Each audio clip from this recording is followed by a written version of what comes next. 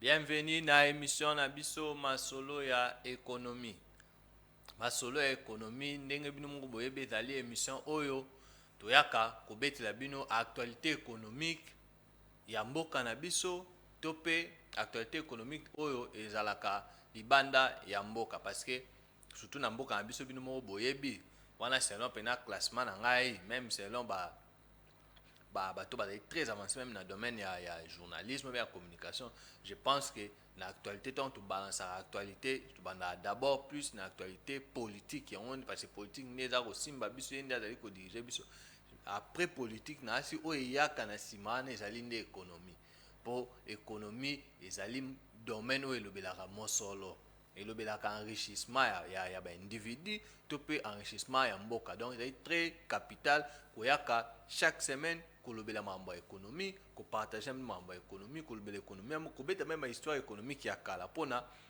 bato oyo bazali kolanda bato bazali kodirige na baoyo bakodirige peut-être plus tard à partir ya émission oyo baide ebele mpe ekoki kosunga bango. Alors émission ezali lelo tozali le 4 mars. Émission ezali comme toujours présenté par Wabino Mwali Masano azali chercheur na makambo ya économie, journaliste économique bien sûr aussi pe chercheur na makambo ya économie et puis nini lisusu émission ezali elekaka na chaîne na biso kitoko mingi babengi Perfect TV. Émission elekanaka mercredi na 15h juste en direct pe samedi na 18h. Mercredi wana rediffusion nango omona nango jeudi na 21h et puis ya samedi elekaka na 18h mais rediffusion nango ozango dimanche aux alentours ya ba 20h to 21h soko koti wana kotala mais émission na biso elekanaka pe na chaîne YouTube na biso oyo abengi na kombo ya économie ya TV RDC ezali l'unique chaîne YouTube oyo elobelaka makambo ya économie. Okoti kuna kozwa actualité économique ya mboka na biso mpona esunga yo e construire pe bongo na yo mpona bato balinga kolanda makambo ya économie bien sûr. Et puis okokuta yango mpe na page Facebook na biso économie ya TV RDC okokuta yango kuna na osenga bino bosabone massivement na chaîne YouTube na biso bopartage boyeme émission bokommente mpo yango nde ezali vraiment moyen makasi oyo bokoki kosunga biso. Émission oyo ezali émission oyo mutu nyonso alandaka biso akoki mpe kosunga biso parce que banumero na biso ezali wana numero na biso ya compte bancaire numero mpe ya appel olingi koparticipe na émission olingi kobenga biso olingi kosala contribution na yo mpona participer na émission. Plateau ezali ouvert mpona tout le monde nalobaki émission oyo mpona kolobela économie ezosenga kaka te fo ozala économiste. Toute personne oyo azali na information oyo azali na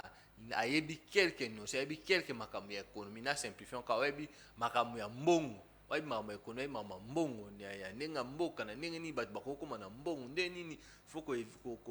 koéradike pauvreté kosala effort ke mbongo économie na biso etombama oyo aza na banotion ya économie oyo ayebi makambo ya économie bien sujet moko économique quelconque ezali kotambola mpena na kati ya société na biso bien na monde entier okoki koya okoti en contact na biso tokoyamba ekozala malamu mingi mpona koenrichir lisusu émission na biso. Bientôt nazobanda badescente na baparti politique kosola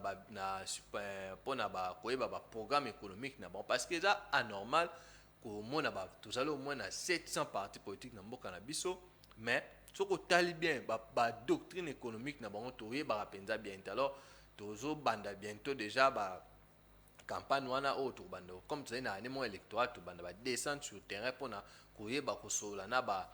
différents spécialistes ya baparti politique oyo toza nango na bamboka na biso basila kopesa biso bavision économique ya baparti na bango. Déjà semaine oyo nasali 3 tours na 3 partis politiques na otanga bakombo na bango te na epesa bango balettre ya bainvitation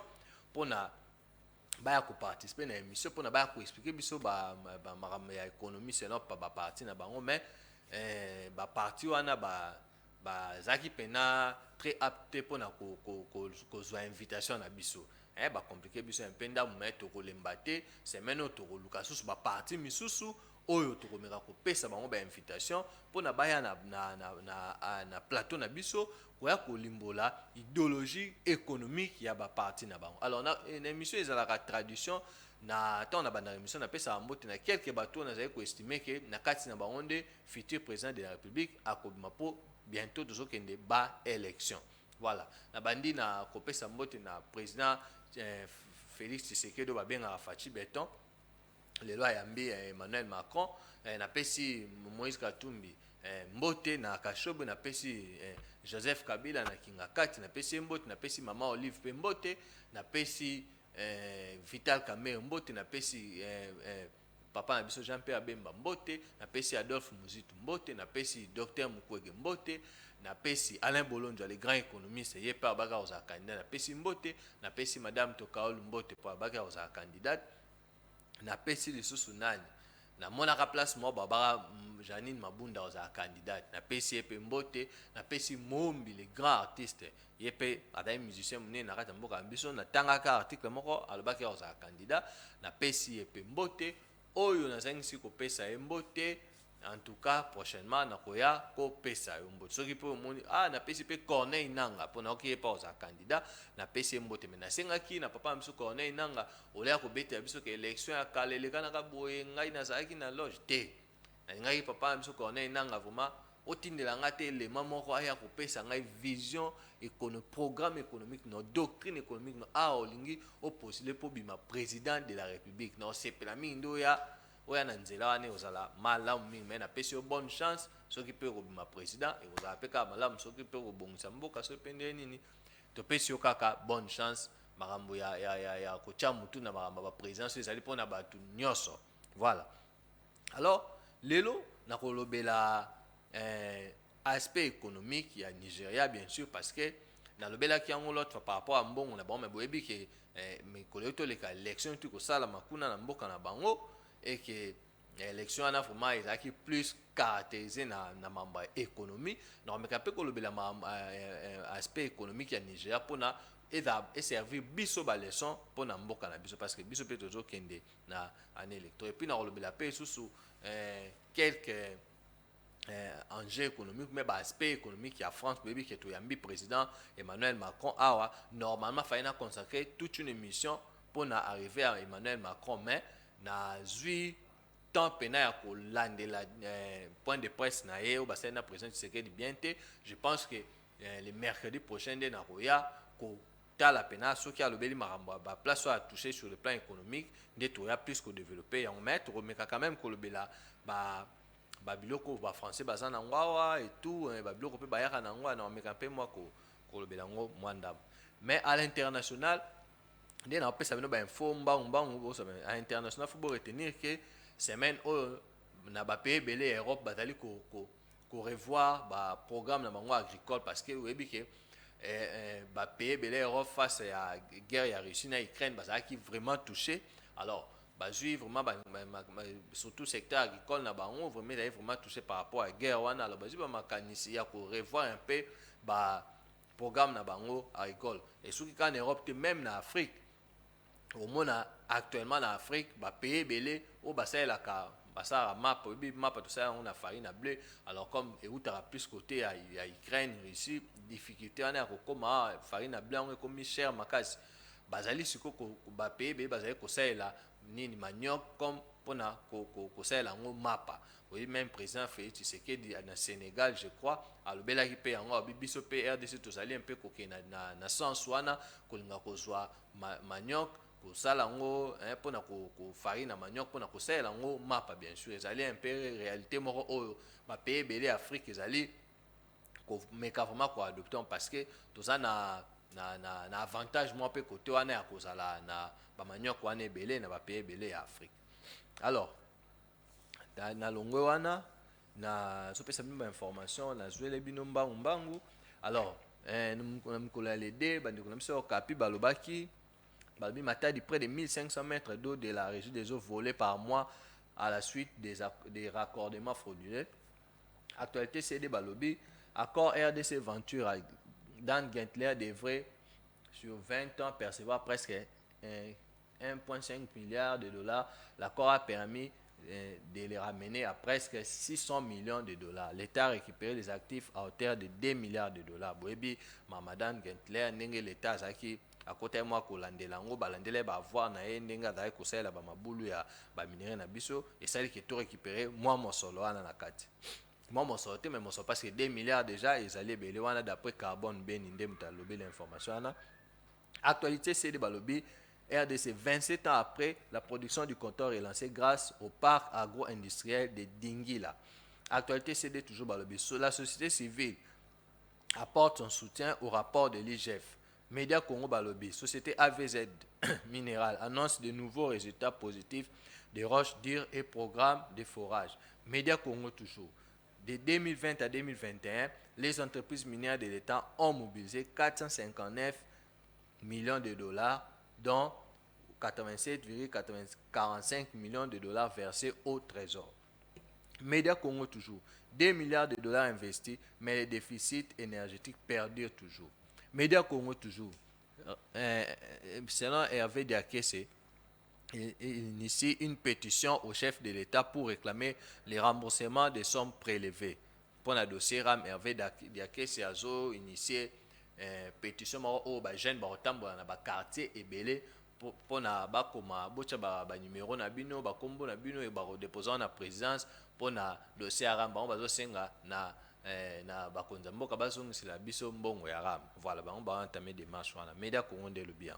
Média Congo toujours. La RDC reste membre de l'ITA. Toujours Média Congo. La stabilisation du franc congolais. Les premiers ministres chargent la BCC d'appliquer les mesures idoines. Zoumeko. Glencore condamné à payer 700 millions de dollars par la justice américaine par défaut de corruption. Par des faits de corruption plutôt.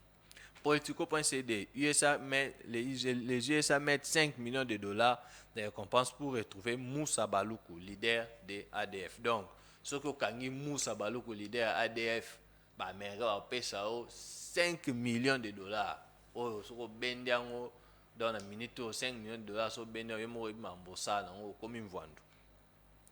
ACP. 145 territoires, plus de 15 entreprises égyptiennes prêtes à soutenir le gouvernement. ACP toujours. Les produits des entreprises congolaises exposés au salon de l'agriculture en France. C'est très important pour l'accepter. Valeur, il y a agricole, par exemple, dans Mikilia Poto. ACP toujours. Les autorités provinciales appelées à promouvoir le tourisme en RDC. Parce que le tourisme peut aller moins haut et qu'on a bon et belé na mboka na biso. Faut pas qu'on néglige. ACP toujours. Les deux entrepreneurs nord-coréens opérant en RDC sanctionnés par le département américain du Trésor. Sûrement, les entrepreneurs nord-coréens de façon frauduleuse, mais ils ont blanchir en parce que les Américains, surtout ceux qui continuent en dollars, ils ont vraiment la traçabilité en bon. Actualité CD, plutôt, au Capi, Balobi. Les médias Congo plutôt, les 500 millions de dollars n'ont rien à voir avec l'IGF, selon Sicomine. Zoumeko, le premier ministre a participé au sommet sur les forêts du bassin du Congo dans la Gabon. Zoumeko, toujours investisseur tunisien, Moïse Milika, prêt à installer sa société Ayatcom, spécialisée en télécommunications. Donc Ayat, et là, mot arabe, ou l'inkoloba, Sin. Voilà, donc Ayatcom. Voilà, tout quitter sous les 4 actualité CD Balobi. L'Union européenne annonce la mise en place d'un pont aérien humanitaire vers Goma pour aider les personnes touchées par le conflit. Toujours, Média Congo. Les revenus générés par le secteur extractif en 2020 et 2021 s'élèvent à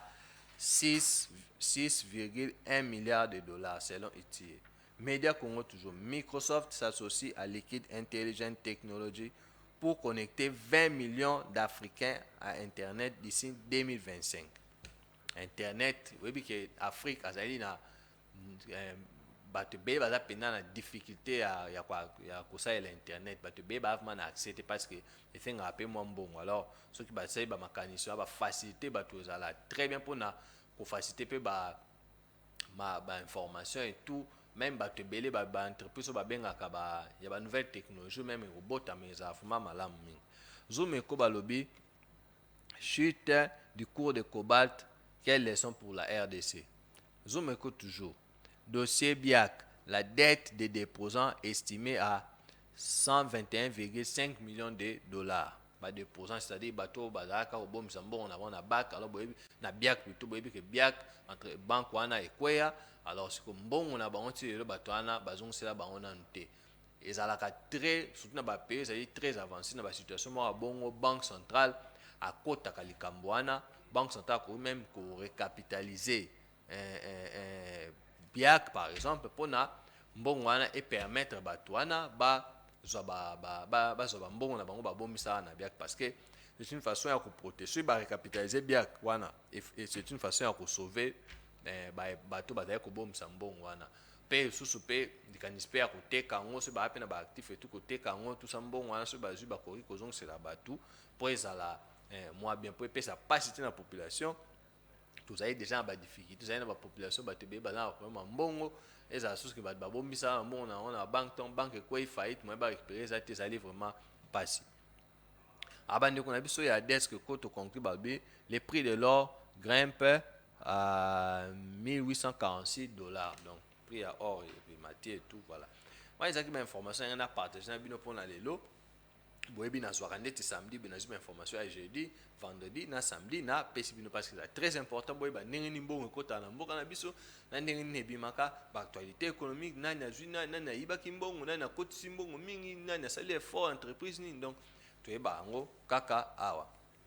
alors nangi na temps natikali nango nangi naloba mwa mokie makambo ya Nigeria boyebi ke Nigeria élection tu kolekana babimisi président ya sika président Buhari akei mais il faut soki nazobeta lisolo ya Nigeria na olobela plus ka aspect économique mpo tomeka mpe kotire mwa baleson c'est-à-dire na kati ya makambo wana eloko mosusu ekoki kosunga mboka na biso tokoki kozwa yango oyo ezali positif tozwi oyo ezali ya mabe tonéglige Nigeria bazali première puissance économique ya Afrique c'est-à-dire soki tobi première puissance économique Afrique c'est-à-dire na barichesse oyo ekreamaka na bapays ya Afrique ya bango nde ezali ya liboso bango nde bakreaka mbongo ekotaka mingi mbongo ezokota mingi yango wana babengi ye première puissance économique bango nde bazocrée plus richesse na mboka na bango alors bazali 215 millions d'habitants na Nigeria bazali première puissance sur le plan ya pétrole en Afrique c'est-à-dire bango baregorger une affaire à 35% ya réserve ya pétrole en Afrique mais balobi na Afrique noire bazali au moins na réserve ya 80% au bango bazali kodétenir yango mais un quart nango eyibamaka mingi na nzela ya bapipeline wana c'est-à-dire ntango batuyau oyo ememaka pétrole babe yango bapipeline batuyau wana ntango bazwaka yango mpona kokanalize pétrole ekende bakende korafine yango libanda parce que bango barafina te kaka mafia moko esekrea na kati ya mboka na bango baautorité etu basoda mpona koyibaka pétrole déjà ndenge ekendaka na nzela bapipeline wana alors nde bayibaka bongo déjà ezalaka perte monene mpona mboka parce que le fait ke nde bango bayibaka bongo eza groupe moko ya bato kaka nde baprofitaka nango ebele ya bato na Nigeria baprofitaka nango te esalaka mpasi mingi ederangeaka vraiment économie na bango likambo wana banda kala moyibi ya pétrole wana soki bazali kobimisa yango na ndenge ya libanda mais aussi bazali mboka moko oyo bazali tolobi bazali pétrole baza na pétrole ebele bien sûr mais basala yango na nko balingaka korafine yango te na kati ya mboka balingaka korafine yango te alors qu'ils ont bakosala yango mpe bapréféraka barafine yango libanda mpona basombi pétrole bakorafine yango libanda en retour carburant ezongeli bango na bastation ete omonaka baa na pétrole ebele na mabulu na bango mais carburant ezaka mpasi na mboka na bango donc eza compliqué alors que baza bato mo bacarburant vraiment kozala difficulté epa na bango te mais bon bango nde balingaka bongo ezali bahabitude moko ya kokope te mais l'homme le plus riche d'Afrique monsieur Aliko Dangote azwi likanisi actuellement ya kosala raffinerie moko donc il faut koencourager parce que azali mutu moko oyo abanda baaffaire ne na mamba ciment lelo akoma na baentreprise ebele aza vraiment homme fort azali l'homme le plus riche d'Afrique et puis aussi mbongo na bango na explika ye bino bon na moi benga ngo naira na expliquer bino réforme monétaire au président bango quand président bango azwa ki réforme monétaire et simbi te créer ki désordre na mboka na expliquer bino l'autre fois na kozonga ngo pena sous te faute à temps. Et puis il faut retenir l'eau moko est très capital.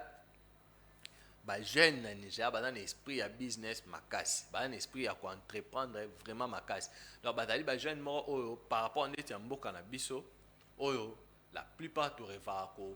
que ça va fonctionner. Par exemple, il y a des côté dans l'état, ils ont assurance et tout dans ce bon. Bango, c'est vrai, il y a des gens qui vont mais bango vraiment la plupart des jeunes, batana,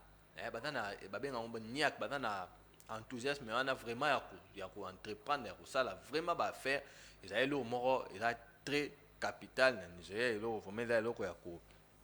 y a quoi encourager makasi, donc il y a quoi entreprendre, il y a aussi money na Nigeria, on remarque que chaque province a une spécialité sur le plan il y a entrepreneur, sur le plan il y a quoi innover. Au moins par exemple Baruba, ma casse dans la pharmacie et puis finance, pour que ça ma casse dans l'agriculture. Même na ba région ça la même mituka. Donc parce que jeune bazali vraiment na mourwana ya ko entreprendre les aller le moko est important puis parents jouer un rôle moi makasi dès les bas âge déjà ceux qui papa zalaki mécanicien zalaki ceux qui pharmacien zalaki au coordonné au monde a dû initier déjà banana donc ça déjà le moko vraiment même na niveau famille ceux papa zalaki moi touche moi dans moi talent moi doli na ko imposant pendant bana pona ata papa qui ceux qui bazali une activité bana basi la ko continuer non mais biso peut-être na mboka mso za comment il a différent. On remarque souvent ceux qui papa zaki makasi na ba faire asimba ke loko mo beto ba no marché ceux qui akufi au mona biso bana ceux qui to simbi to simbi direction ya entreprise on après lui papa au mona mingi vraiment et marche à rater na mboka na biso alors que chez bango ils a vraiment les cartes donc il faut peto makamba malamu o ezo ko se passer ba ninga photo copier yango ya mona meka mpe ko beta mama solo ya Nigeria na mboka na biso.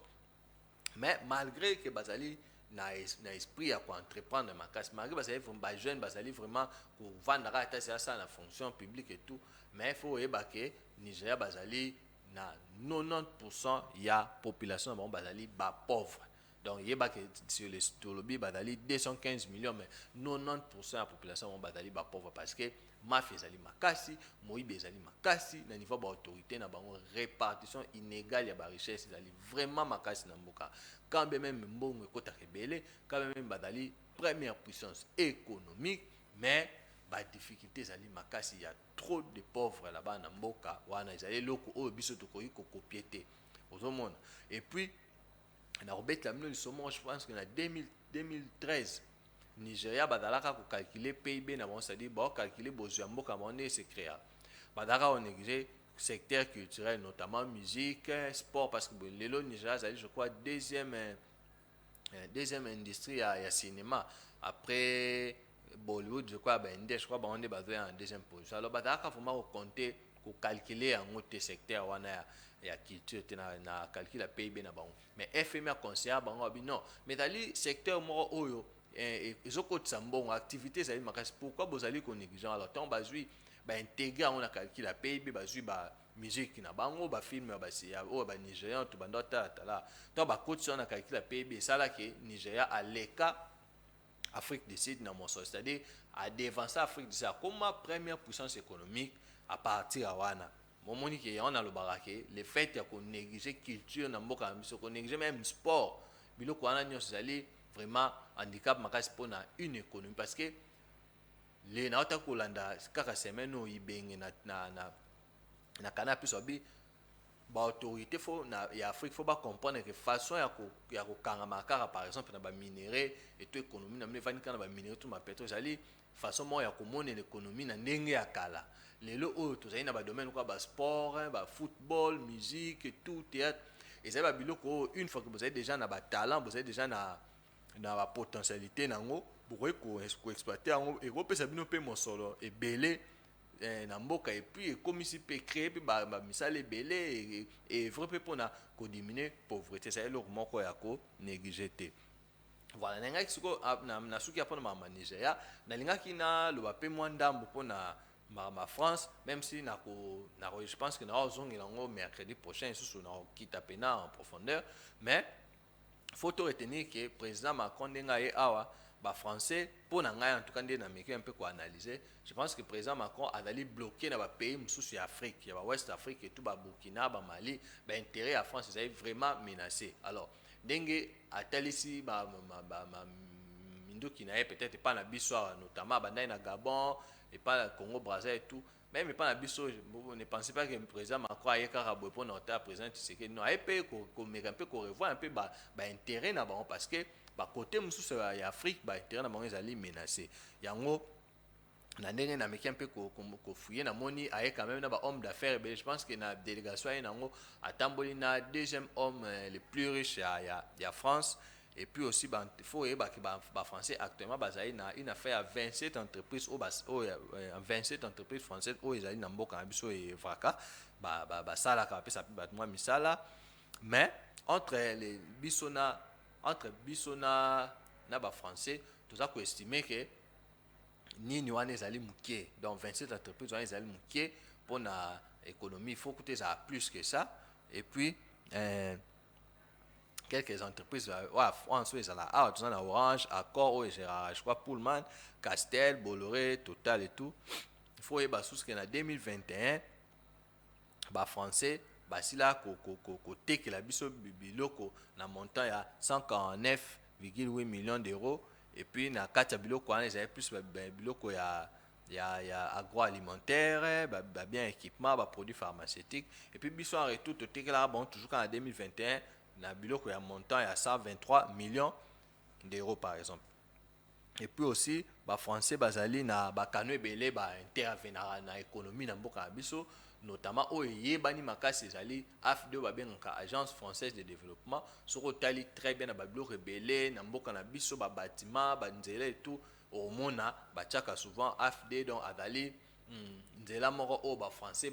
intervenir makasi mpona kosoutenir économie na biso mpona kosoutenir mboka na biso parce que à partir ya AFD nde badépensera plus mpona na différents projets d'agriculture, projet de formation surtout ndenge AFD à travers makasi na entreprise monene ya biso oyo babengi na nkombo ya INPP azali partenaire monene na INPP efaka na niveau ya formation batonga bacentre et tout ye moto apesaka mpe mbongo ebele kuna mais kaka na INPP te mais apesaka mpe mbongo na banzela ebele ataka na baformation te. Alors na 2013 il faut retenir que tant RDC balongoli alongwe na effacer des dettes na 2013 aussi là kozongela masolo susu na français na montant ya 106 millions d'euros oyo ezali lokola mwa partenariat entre biso na bango. Après lisusu ntango toye kokóma na 2019 na arrivé ya président Faci ntango akendaka kuna bapesaki ye montant ya 65 millions d'euros oyo ezalaki na likanisi na bango ezalaki na mpona koevre na koappuyer éducation, koappuyer par exemple formation professionnelle et puis même la santé. Donc ezali point oyo moi quelques atouts moi misala oyo français basala oyo namekaki kozwela mpe bino par-ci par-là mais na promettre bino mercredi prochain comme nakozala mercredi prochain tokosala émission nzambe soki apesi makasi tokoya tokomeka mpe d'abord kolandela Emmanuel Macron alobi lelo biso tokotouche baaspect mosusu te tokosimba plus aspect économique ya point de presse oyo esalami entre Emmanuel Macron na président na biso tokomeka mpe koexplike yango bien mercredi prochain. Alors mpona lelo bandeko na ngai tosuki awa émission ezalaki ndenge toujours ezalaka se émission oyo tolobelaka makambo ya économie ya mboka na biso mpe économie ya libanda ya mboka nabengaka yango masolo ya économie, autrement dit l'économie simplifiée. Tolinga mpe